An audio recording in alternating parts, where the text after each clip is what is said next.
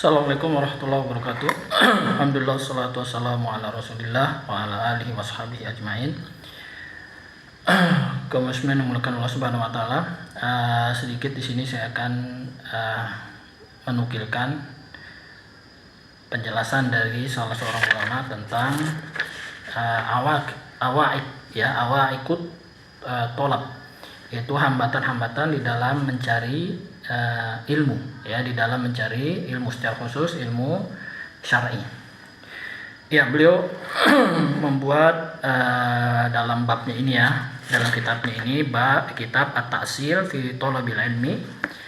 Pada taksil itu penanaman pondasi, ya, di dalam menuntut ilmu, ya, di dalam menuntut ilmu.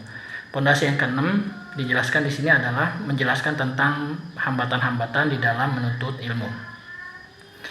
Nah, kemudian beliau menjelaskan usul, ya, atau akar, ya, pondasi, akar dari dosa. Sebagaimana nanti usul ini juga merupakan akar atau sumber-sumber dari yang menghalangi menuntut ilmu, gitu, ya. Usul-usul ini adalah yang pertama al-hirsu, yaitu semangat, wal hasadu, hasad, kemudian kibru, sombong.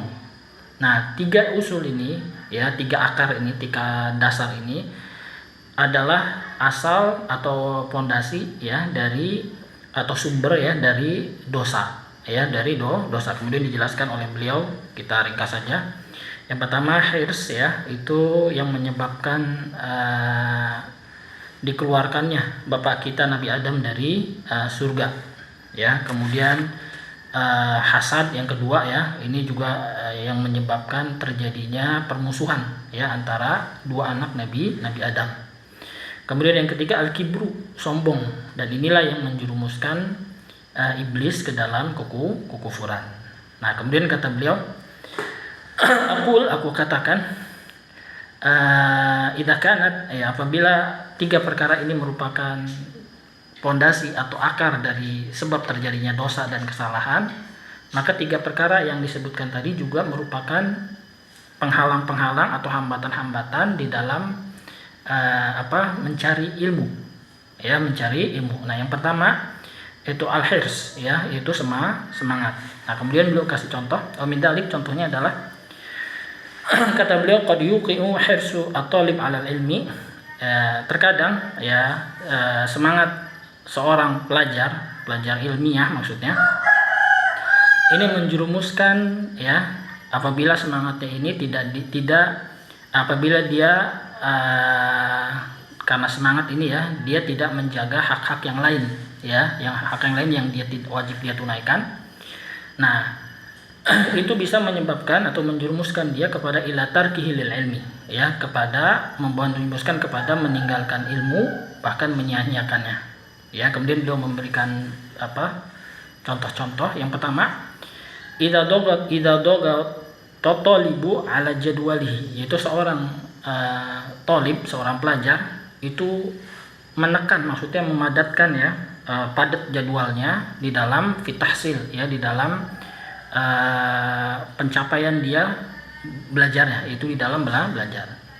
Karena dia padat sehingga fayastagillu, ya, fi kulli yaumin, ya, sehingga dia sibuk setiap hari, wa yahduru iddatu durusin wa halaqat, ya, kemudian sehingga dia sibuk pada setiap hari dan dia hadir di banyak pelajaran dan majelis, ya, sehingga dia tidak mengistirahatkan badannya, ya, artinya dia kemudian capek dan seterusnya. Kemudian beliau ingatkan bahwasanya wa inna linnafsika 'alaika haqqan, ya, bahwasanya badanmu itu memiliki hak yang wajib engkau tunaikan, ya, jiwa dan badanmu, ya. Maka kemudian kata beliau fa'atiku ladzi haqqin haqqah, maka berikanlah, ya, hak, ya, kepada yang memiliki haknya, berikanlah haknya. Kemudian beliau membawakan sebuah pepatah Arab, ya, yaitu orang yang tidak sabar, wa innal munbatta la dhahran abqa wa la tariqan qata'a. Artinya orang yang tidak sabar dia tidak akan bisa memperoleh, ya, baik dengan jalan cepat atau lambat, ya, ketika dia tidak sabar.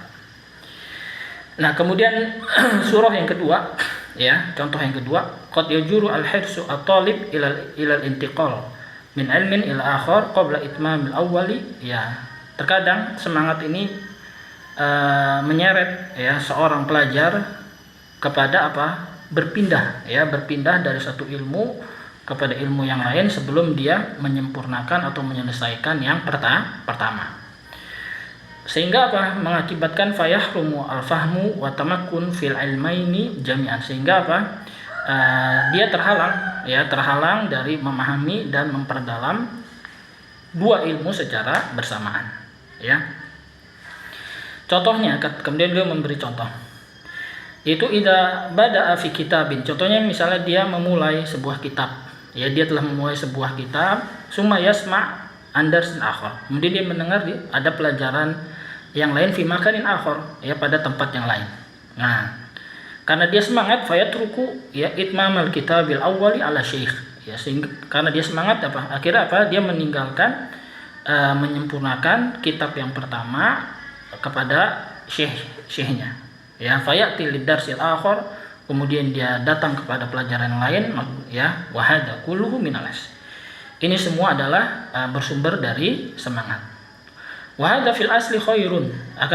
Ini secara asalnya memang baik, ya, boleh. Nah, lakinnahu qad yuqi'u fi aksi matlubi. Akan tetapi ya semangat yang seperti ini ya terkadang bisa menjerumuskan kepada aksi matlubi, ya kebalikan dari yang dia cari, wa huna atadzakkaru kalimatan. Kemudian beliau Syekh Muhammad Bazmul, ya, hafizahullah, beliau menyebutkan perkataan sebagian salaf, ya, yang